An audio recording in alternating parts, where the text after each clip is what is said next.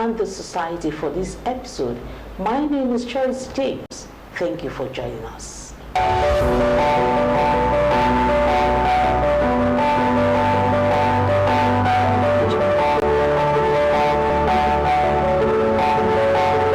Welcome you to the program, Mrs. Okineye. Thank you. Thank you for having us in your beautiful office. Thank you so much. Now, the program, The Women and the Society, is to encourage women. And we know that with your capacity as the chairman of NAPS, Abeokuta South, and your capacity as an educationist, and your capacity as someone who wants to build the future and having a school that you gather children, you must have that knowledge or intuition or power to talk to women on what they should do in the society. So we welcome you to the program. Thank you so much. Now, let's know who you are. We want to know who you are, and our viewers too want to know who you are before you start advising. So who is Mrs. Favor Okineye? I am Mrs. Favor Okineye, and I am a proprietress of the Porters Model Schools, nursery, primary, and secondary. I started my education in Ile-Ife, my primary education, my secondary education still in Ile-Ife, Obande Grammar School. Then my College of Education at Federal College of Education, Abeokuta.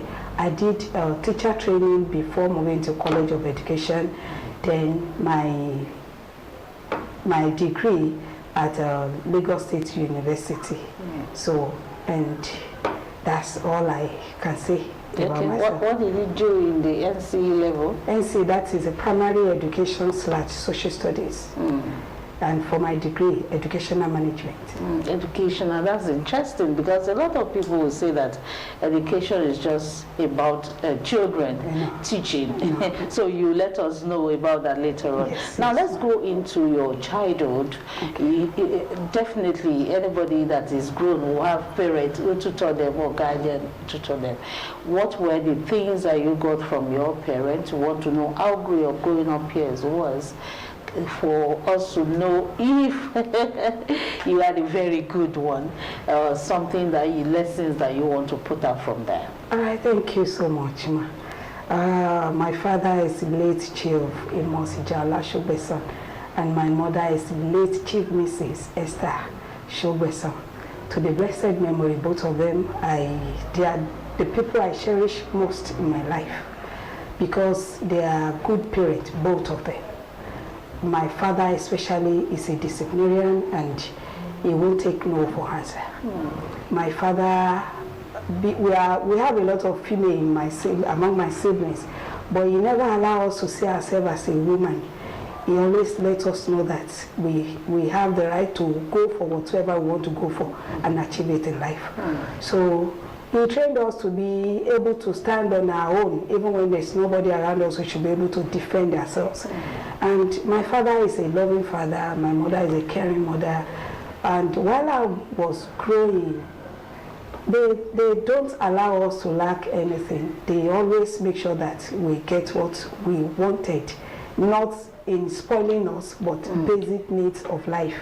And the beautiful thing they did for all of us is by allowing us to know God from our early age. In my family, once you are in basic, you are in primary 5, you must join primary 5, primary 6. You must join the church choir. So you just follow my father to the rehearsal, you follow him to the church. All of us, my sibling, my father, we are all in the church choir at Methodist Church Ile-Ife then. So we don't have choice than to go to church and just follow him. So we learn a lot from him, how to be with God, how to trust God, how to believe that we can achieve anything through the help of God. And while I was growing, choosing my career, at the beginning, my best career is to be an actress. Okay. I wanted to be a theater person. But my father used to tell me that, so I lost interest Not because I want to. There's a particular day I went for one rehearsal around Mayfair in Ilefe, one theater group like that. So I got home. So you actually started it? I tried it. Okay. So when I got home late. So when he asked me where I was coming from, I told him I went for theater rehearsal. He beat hell out of me that day, and he said, never should I step my feet there. So when I stopped, I lost interest. Then I continued with my education. So by the time I wanted to choose the education as a career, he called me and he said, you love children and you love gathering people together. You love gathering children together and telling them things, telling them stories, giving them instruction. Why don't you go for education? I was like, why will I go for education? I don't think I need that. So when I joined... So it wasn't your initial plan? No. I don't really plan for it. So when I joined Winners Chapel then, I decided to go to children's section. So on getting to the children's section, I just developed interest in taking care of them. I just developed interest in handling them. So I trained them a lot of choreography, and there's a particular year, two of Dr. Mrs. Anula Bankole, the Mercyland proprietress, was part of the children I trained for choreography for church program. So after the event, one of the children came to me and said, Auntie, would you like to work in my mommy's school? I said, work in your mommy's school. I'm not a teacher. I don't know anything about it. So I will tell my mom, you should come and work. So she told the mom. The mother came to me because she insisted that the mother must come and see me. So when the mother came to me and asked me, I said, ma, I don't have any qualification to be a teacher.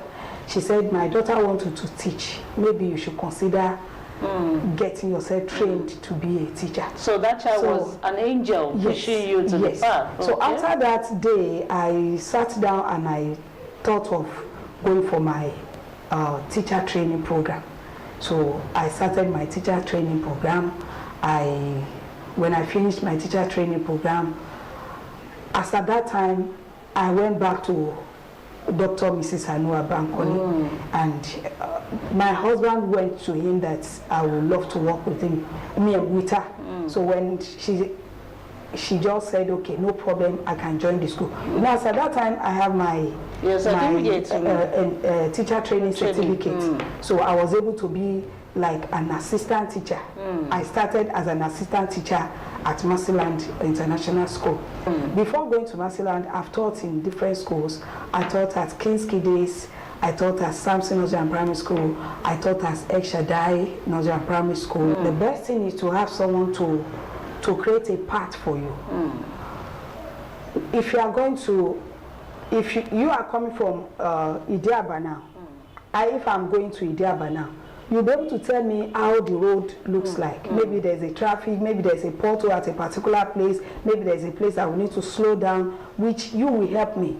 That is when you train under a person, you'll be able to learn, to know how to handle some things. You may not be able to learn everything because there are some things that will happen when you started the business, but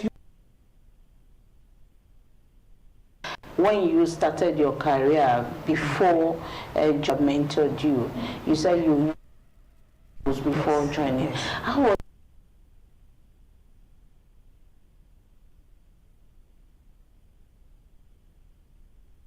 the way they back out?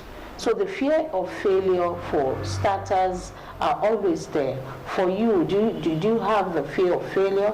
How did you push through? Yeah, when I was about to start, I went through all the schools I taught with. I went to meet the proprietresses, and I told them, I want to start my own school. I need your blessing. For you to be able to do that, that means you must have made a good impact in that school while you are teaching with them. You must have a good rapport with them while you are doing that, while you are teaching with them. That is when you can be bold enough to go to them and tell them to bless the job you want to start without even starting it at all. I went to each and every one of them and I told them, please bless me, I want to start my own school. And when I started, after the dedication, the first Monday, I was in the classroom. There are chairs, there are tables, no pulpits. So I sat down there. I was just sitting looking. So at a point, I just felt that I should just display as if there are people here. You want to teach. I just started teaching. I just started teaching. Okay, good morning, children. How are you? How are your parents? Fine, thank you. How is your daddy? My daddy is fine. How is your mom? My mommy is doing well. What do you bring to school today, rice? I was the one asking questions. I was the one answering myself. So I was just trying to engage myself, not to feel lonely, not to feel like, am I taking the right decision? And to the glory of God, a particular child just walked in. I started my school around Okejigbo. Okay. And the kind of standard I push out then makes people in that community to feel like this school will be too expensive for them to come. So as God will have his way, as I was just doing that drama, a woman just came in with a child. The first day? The first, no, that would be like 3rd or 5th day. Okay. So the man just came in and brought a girl. Her name is Shodamola Rukaya. You cannot forget. I can't forget that. Because she was your first. I can't. So she came in and the mother was like, so I was like, okay, Ekabo. So I spoke with her and she came. So the woman told some of her friends in that community and they came in. So after coming in, you know, that is Ijayi area has this. And the kind of zeal I'm bringing from Masiland is like teaching all these Indian children, all these Buddhist children, you know how to they are.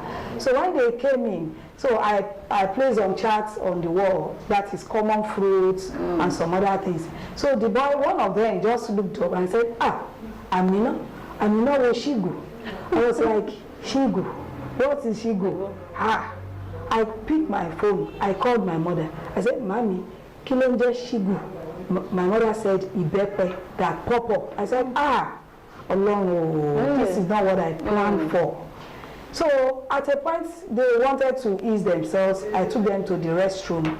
And on getting to the restroom, the boy was just shaking. I said, what happened? He cannot move close to the closet. He was scared of the closet. So I need to move to the closet, touch the closet. I sat on it. I said, no, this is closet. It won't do anything to you. This is toilet. So I dragged him to the closet. That Rukayat was just calm and cool. That one was like average, middle-aged child. But others that came. So I was like, this is toilet. And when I got back to the classroom, I just sat and I was looking at them. I said, so it was like you moved from the eyebrow to the low. Yes. I was like, yeah. So your teaching method, did it change? I did not change my teaching method. Okay. I changed them to what I was trained to be. I sat down and was like, how will I cope with this? And I was like, what will I do? So when I got home, I was down. I felt like this is not me. And I spoke with my husband and he said, you are a potter. You said you are a potter. That means you have to remold them to the kind of pot or design you want them to be. So start working on them.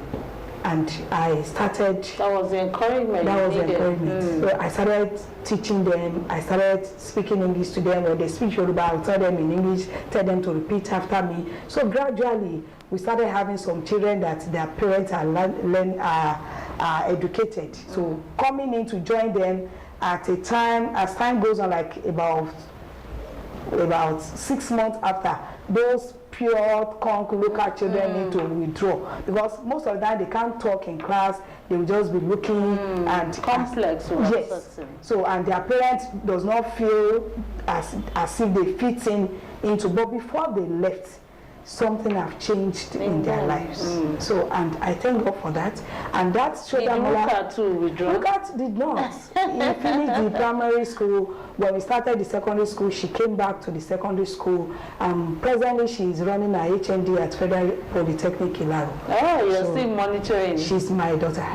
She's my adopted daughter. Okay. So I'm my mom. I'm my second mom. I can feel that. The mother have let go. So she knew. Even the mother will call me Omoyi. Also taking Omoyi. Even if she talks to mommy, those mom see that's like that. Okay. So, I can understand the relationship.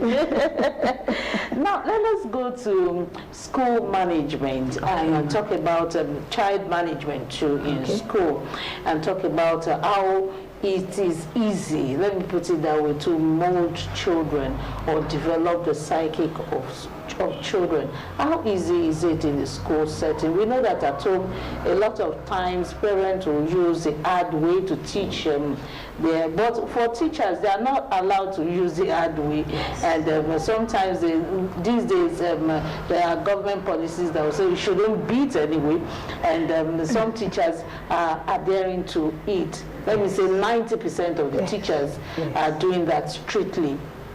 So how easy is it to train children in this 21st century, managing their emotions, managing their academics? For teachers, is this something that is worrisome, or it is part of their training? Actually, for this generation, for this era, it is not that easy. Because some parents, I won't say parents generally, some parents are not making it easy for schools to train their children. And you know, when you want to train a child, it's not all about beating all the time. But we can't withdraw the aspect of discipline. And the best way to teach a child is by showing love. Okay. Number one, when they get to your school, let them feel like you are my child, you belong to me, you belong here. Welcome them with love, with smile. And even when you need to discipline them, let them know that you are disciplining them because of this mistake.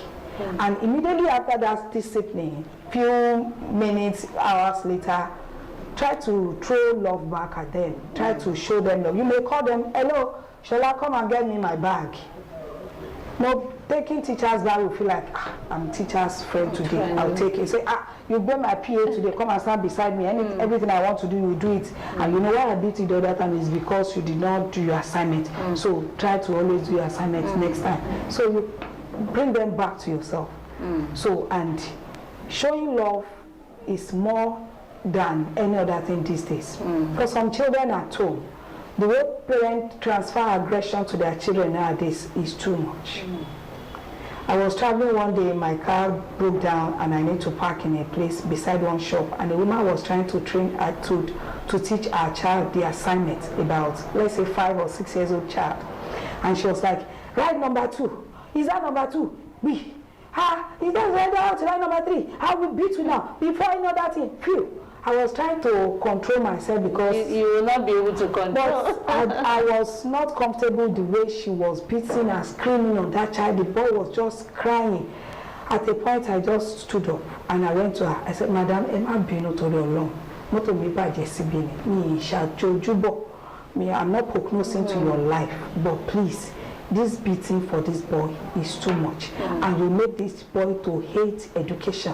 You make this boy to hate learning. So don't beat him again. Just give instruction. Like this one you are teaching him. Go and get some Lego toys. Ask him to count 6 from that toy. He will be happy to count the toys, thinking he is playing with the toys, but you are teaching him. Now count 6 toys. How many toys? 6. Oh yeah, let's count together. 1, 2, 3, 4, 5, 6. So the next number you want to write is number what? Number 6. Now write number 6. So that will make the work easy. So when a child got home and the parent was too aggressive on them, schools should not be too aggressive on them again. We must show them love. And some children, even at home, their parents pamper them with love. And when they get to school, they must not meet aggressiveness of teachers or school owners. So we must show them love as well. So what I would advise for schools, for teachers, is that no matter the challenges they are going through in life, when they get to the school, they should just allow that challenges to cool down and see those children as what can give them joy, and treat them like a joy giver, not a burden again. They are not a burden. They are joy givers. Even to the parents, they are not burden. No matter their challenges, no matter what is going on with them, they are not a burden. They are joy. They are angels sent to us by God to give us joy. All right, man. Lastly, on this segment, let's talk about impact that you have seen that women are putting up in the society. Do you think women's impact in this society will look at the family, training of children, how women relate, connect with each other, how they ensure that their growth is paramount? Do you think these impacts are enough for women to be grounded in the 21st century that we are? And if it is not, how well should women develop themselves?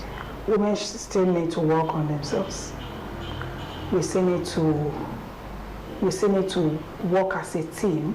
We still need to encourage ourselves. We still need to do things that will give our life a meaningful thing in life. We should not see ourselves as second options to anything in life. We should try as much as possible to keep equipping ourselves. If we decide to choose education route, we must keep working on our education, keep improving, keep learning. And if we choose to go on the aspect of business, we must not just believe that because I'm selling a itoku, I should limit myself to itoku. There are so many other ways we can push ourselves out to get things done. And women should work more on networking. We should learn to, we should understand that life is not a place you can just live alone. You have to connect with some people. And we must believe that there are some people that God has given grace to be ahead. No matter what we do in life, there are some people ahead. Everybody is at the middle. Someone is above you, someone is below you. So everybody, we should accept as a woman that we are at the middle. And we must be able to look at someone ahead of us that's worth emulating, worth relating with. And we try to learn from that person. God will continue to help us. Amen. Thank you so much, Ma, for your advice on this segment. And now we want to go for the second segment, and that will take us to know your favorites. Favorite food, color, attire, and we want to know if you are the party lover. It is after this break, ma'am.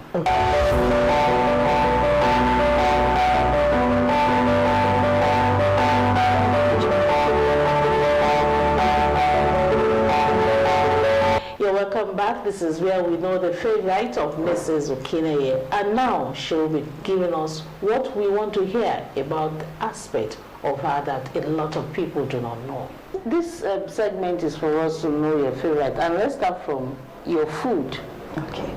Anytime, any day, what food catches your fancy that you choose out of all the foods that we have? Number one, I love amala dudu. Then if I want to go to the foreign land, I'll go for salad. Okay, just salad. Yes. Okay. Salad and probably chicken and protein on it. I'm good to go. Okay, so that means you're a light eater. Yes, I don't like heavy food. Okay.